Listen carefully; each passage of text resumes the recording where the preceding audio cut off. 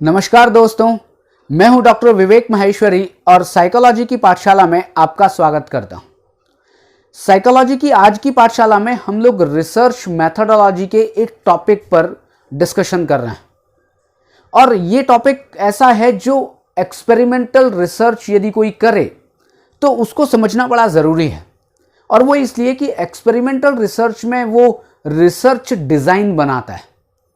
आपसे पूछा जाए आपने कौन सी रिसर्च डिज़ाइन यूज़ की है, आप कहते हैं एक्सपेरिमेंटल रिसर्च डिज़ाइन, नहीं quasi experimental research design, non experimental research design, मतलब कहीं ना कहीं कन्फ्यूज़न होता है। तो उस कन्फ्यूज़न को दूर करने के लिए आज एक बहुत ही पॉपुलर रिसर्च डिज़ाइन है, उसको आज हम समझेंगे। और वो पॉपुलर इसलिए है कि ना ये रिसर्च डिज़ाइन बहुत सारे रिसर्चेज में देखी जाती है, लेकिन हमें समझ नहीं आता है कि ये रिसर्च डिज़ाइन कौन सी है। नाम हम जानते हैं लेकिन उसको समझने में दिक्कत आती है कि इस रिसर्च डिज़ाइन को बनाया कैसे गया है या इसको अप्लाई कैसे किया जाए। आपने एक्सपेरिमेंटल रिसर्च डिज़ाइन कहीं कहीं पर उसको ट्रू एक्सपेरिमेंटल रिसर्च डिज़ाइन या ट्रू रिसर्च डिज़ाइन भी कहते हैं। और उसी ट्रू एक्सपेरिमेंटल रिसर्च डिज़ाइन में एक डिज़ाइन, आज केवल एक डिज़ाइन की बात करेंगे जिसका नाम है एक्सपेरिमेंटल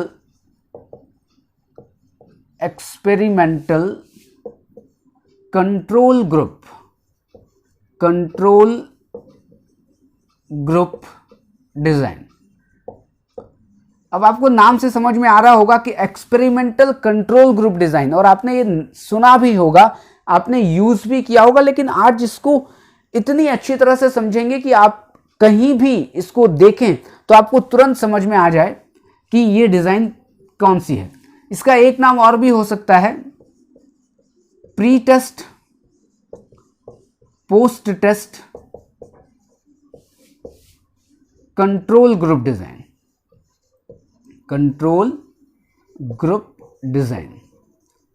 और कहीं कहीं पर इसको लोग कह देते हैं कंट्रोल ग्रुप डिज़ाइन। तो आपको कंफ्यूजन में नहीं आना है कि एक्सपेरिमेंटल कंट्रोल ग्रुप डिज़ाइन अलग है, pre test post test control group design अलग है, कंट्रोल ग्रुप डिज़ाइन अलग है। नहीं, ये तीनों एक ही हैं।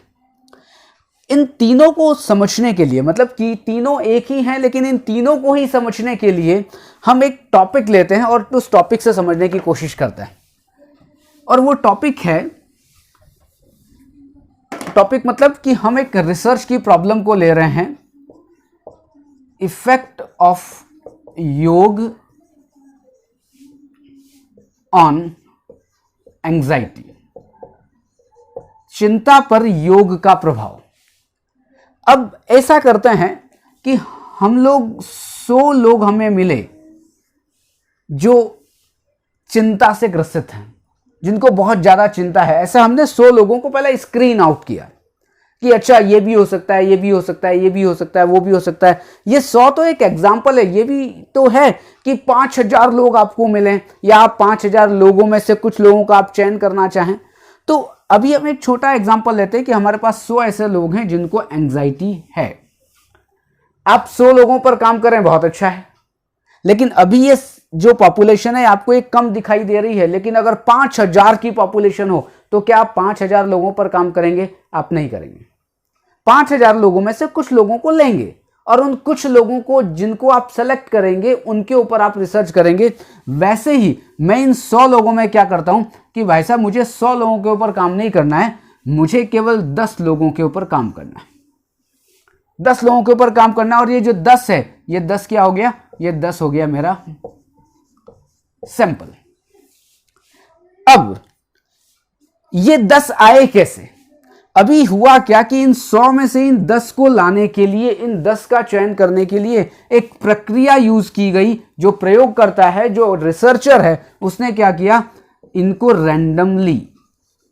रैंडमली सेलेक्ट किया। इसको कहते हैं रैंडमाइजेशन के द्वारा सेलेक्ट किया, यादृच्छिकीकरण की प्रक्रिया के द्वारा सेलेक्ट किया। मैं आपको यह नहीं समझाऊंगा कि रैंडमली कैसे सेलेक्ट करते हैं, क्योंकि मैं पहले इस पर वीडियो बना चुका हूं, कब? जब प्रोबेबिलिटी और नॉन प्रोबेबिलिटी सैंपलिंग को मैंने समझाया था तब। और मैंने रिसर्च डिजाइन का टॉपिक भी एक बार डिस्कस किया था, उसमें भी मैंने समझाया था कि रैंडमाइजेशन क्या होता है। मैंने क्या किया, 100 में से 10 लोगों को लिया, रैंडमली मैंने इनको चूज कर लिया, 10 लोग आ गए। अब मेरा जो डिजाइन है, मैं डिजाइन कौन सी यूज करने वाला हूं, एक्सपेरिमेंटल कंट्रोल ग्रुप डिजाइन। देखिए अब यहां पर आपको दिख रहा होगा एक्सपेरिमेंटल कंट्रोल ग्रुप, मतलब यहां दो ग्रुप की बात हो रही है। एक ग्रुप कौन सा है, एक्सपेरिमेंटल है, एक ग्रुप कौन सा है, कंट्रोल है। मतलब कि ये जो 10 लोग हैं, इन 10 लोगों को पहले मैं 2 ग्रुप में डिवाइड करूं, पहली प्रक्रिया है। अब इन 10 लोग आए और इन 10 को मैं 2 ग्रुप में डिवाइड करता हूं, तो कितने कितने के होंगे, अभी मैं मान के चलता हूं कि 5-5 का एक ग्रुप होगा।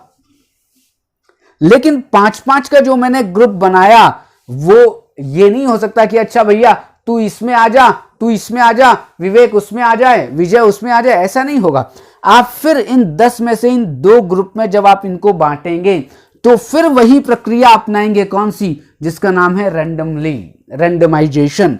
इस रैंडमाइजेशन से आप इन 5-5 को बांटेंगे। अब आप कहेंगे थोड़ा सा एग्जांपल और ले लें कि रैंडमली का मतलब क्या है, इस 10 में समझ लेते हैं। हम ऐसा करते हैं, 10 लोगों के एक नाम की लिस्ट बना लेते हैं और एक लॉटरी बॉक्स में डाल देते हैं।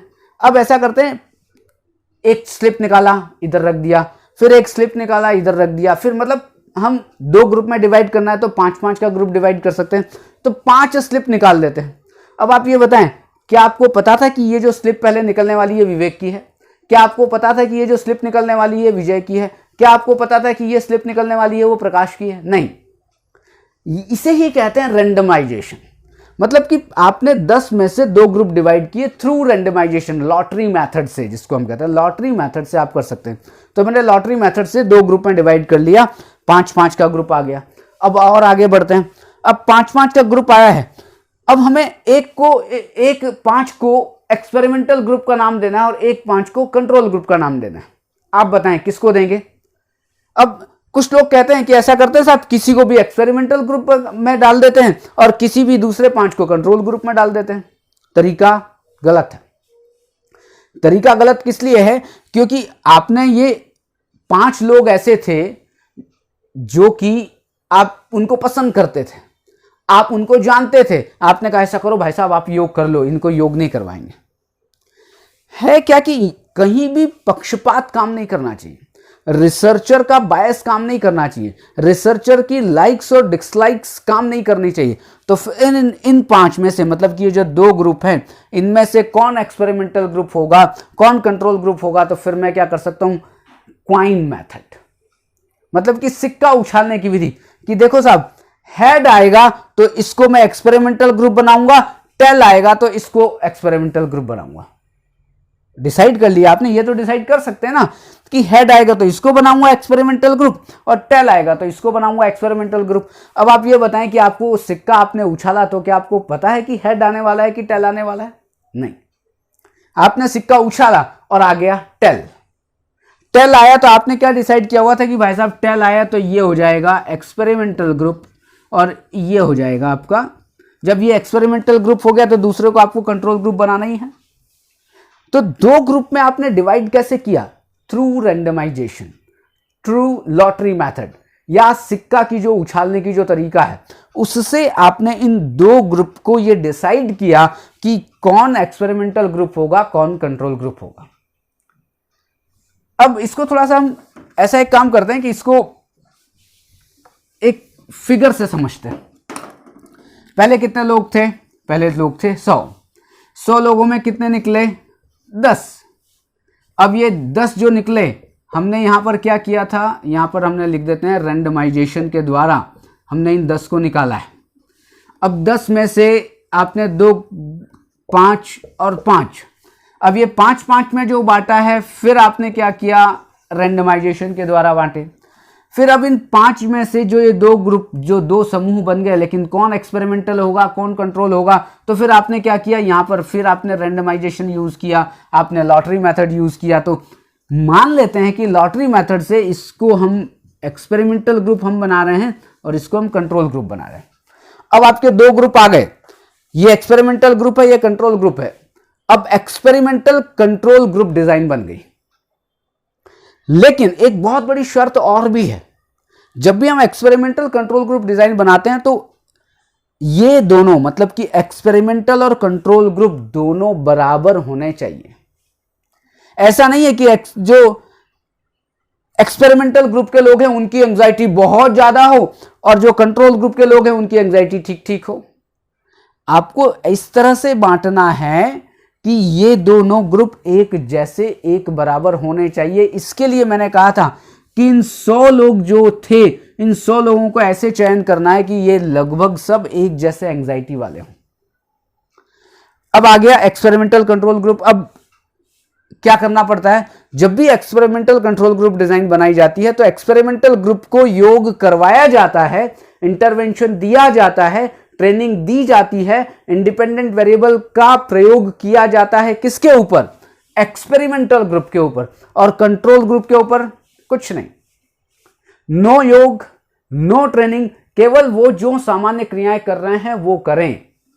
मतलब कि एक नया जो चीज दे रहे हैं हम वो नहीं देंगे कंट्रोल ग्रुप को, केवल एक्सपेरिमेंटल ग्रुप को ही देंगे। मतलब कि एक्सपेरिमेंटल ग्रुप को योग करवाना है, कंट्रोल ग्रुप को योग नहीं करवाना है। यहां पे 2 ग्रुप बनाने का फायदा क्या हुआ? 2 ग्रुप बनाने का फायदा यह हुआ कि साहब दोनों को एंजाइटी है, इसको हमने योग करवाया, इसको नहीं करवाया, तो इसमें एंजाइटी योग करने से इस एक्सपेरिमेंटल ग्रुप में चिंता कम होनी चाहिए और इसमें कंट्रोल ग्रुप में हमने योग नहीं करवाया तो इसकी चिंता पहले जैसी होनी चाहिए लगभग। अब रिजल्ट ये आया कि इसकी चिंता कम हो गई, मतलब कि एक्सपेरिमेंटल ग्रुप की। तो आप क्या कहेंगे कि भाई साहब एक्सपेरिमेंटल ग्रुप को योग की ट्रेनिंग दी गई थी और योग की ट्रेनिंग देने से चिंता में कमी आई है। यही है एक्सपेरिमेंटल कंट्रोल ग्रुप डिजाइन। हमने क्या किया, हमने 2 ग्रुप बनाए, एक का नाम एक्सपेरिमेंटल ग्रुप, एक का नाम कंट्रोल ग्रुप। लेकिन बनाने की प्रक्रिया में ये जो रेंडमाइजेशन है ये बहुत ही ज्यादा इंपॉर्टेंट रोल प्ले करेगा हर स्तर पे। मतलब एक से दूसरे स्तर पे गए तो रेंडमाइजेशन, दूसरे पे तीसरे स्तर पे गए तो रेंडमाइजेशन। मतलब कि रेंडमाइजेशन की प्रोसेस या रेंडमाइजेशन में लॉटरी मेथड हो सकता है, क्वाइन मेथड हो सकता है जो सिक्का उछालने वाला तरीका है, किसी भी तरह से आप रेंडमाइजेशन यूज करें। ये है आपकी एक्सपेरिमेंटल कंट्रोल ग्रुप डिजाइन। अब आज का टॉपिक यहीं पर हम फिनिश करते हैं। कल फिर एक नए टॉपिक के साथ मिलेंगे और एक नई डिजाइन या साइकोलॉजी के किसी और टॉपिक के साथ आपसे मुलाकात होगी। आप सबका बहुत बहुत धन्यवाद।